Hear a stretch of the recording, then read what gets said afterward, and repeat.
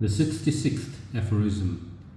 The mantras, like a medicine, need not be understood by the conscious mind as to composition or literal meaning. Their own meaning will be made clear when practiced with faith and concentration at auspicious times. The new knowledge we have obtained here, locked into words, is auspicious time. Some times are better than others to lift individual awareness into superconscious states. When these times are known, they can be used to great advantage.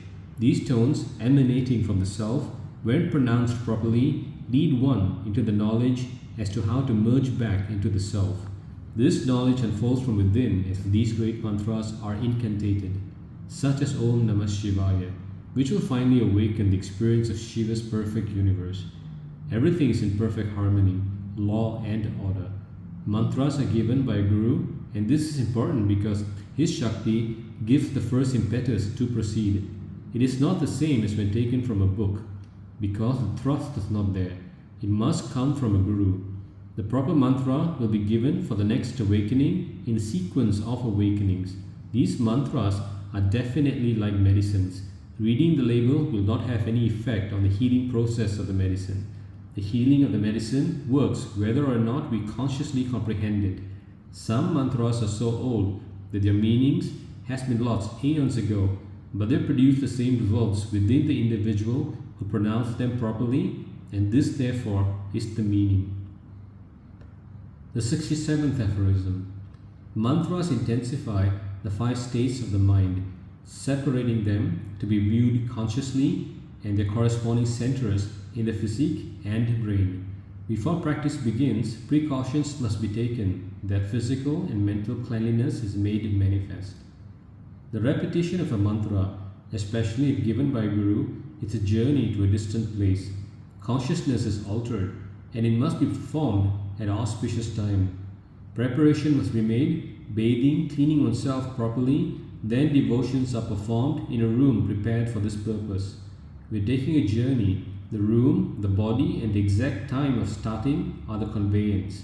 Certain mantras like Om Namah Shivaya bring knowledge of the 5 chakras, the Muladhara, the Vishuddha, the 5 states of mind, the 5 elements, earth, water, fire, air, and Akasha. The constant repetition separates these all out and blends them all together, one at a time in different patterns, bringing great new knowledge to the aspirant. If precautions is not taken, or the mantra is chanted at an inauspicious time in a place that is not sanctified, and the chanter's body has not been cleansed, the mantra will work as it should, no problem here. But the person who is performing the incantations will be easily seen due to the power of the mantra by asuric entities who will come and attach themselves to him and disturb him. In a clean and perfect place, under sanctified conditions, the incantations will attract demonic forces who will in turn help him on the path to his eventual enlightenment. For finding out perfect times, you can refer to the Panchangam, the sacred Hindu lunar calendar. The 68th Aphorism.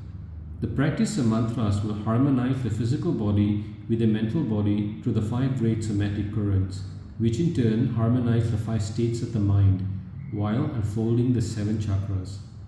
All this and more too these great mantras will do. Initiated Shaivites are permitted to chant the Namah Shivaya mantra. This mantra is found in the exact middle of the Vedas. This mantra is the one that this aphorism addresses. It refers to the 5 states of mind, the 5 currents, and the chakras. The 5 states of mind are conscious, subconscious, sub-subconscious, sub-superconscious, and superconscious. The 5 somatic currents are prana, outgoing breath, apana, incoming breath, vyana, retained breath, udana, ascending breath, and samana, equalizing breath. The 69th Aphorism. It is said that the faithful practice of certain mantras alone will bring material wealth and abundance. This practice, however, only aids in transmuting the creative energies, thus calming the conscious mind, strengthening concentration, and giving unlimited vitality, so that full use can be made of all states of mind consciously to attract material abundance. Attracting material abundance is important, and it comes in many ways. But for these low-level mantras to be fully efficacious, they should not be used unless the practitioner has been initiated into performing the higher level mantras as well, lest the use of the wealth and abundance go to unholy activities, and finally great loss will be the corresponding result. Mantras do produce, but to keep what has been produced by these low-level mantras, one must be a high-level person. The 70th aphorism. To aid in the depolarization and transmutation of creative forces, certain mantras are chanted. These logically concentrate the conscious mind, harmonize its subconscious, and magnetize the brain.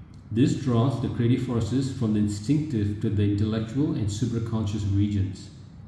Mantras or incantations are a study in themselves. However, it is possible to explain the use of one of these mantras that will do the most in depolarization and transmutation process. This mantra harmonizes the physical body with the mental and spiritual forces. Sound ah, pronounced ah, and center the sound in the solar plexus region of the body. Next, intone oo, pronounced oo, and center the sound through the throat area. After that, intone pronounced sending this vibration through the cranium by placing the front teeth tightly together. First chant them separately, then blend the sounds together, forming Om. This mantra is the essence of all the sound itself. All sounds blended together intone Om. Listen to the sum total of all the noises of a big city, and you will hear the Om, as in a seashell or the ocean waves. This is only the manifestation of creation from the creative power. As you intone these sounds, you are releasing your creative energy into your creative centers in the brain. Then they are allowed to pour forth back through your mental, emotional, and physical body to create a new world for you.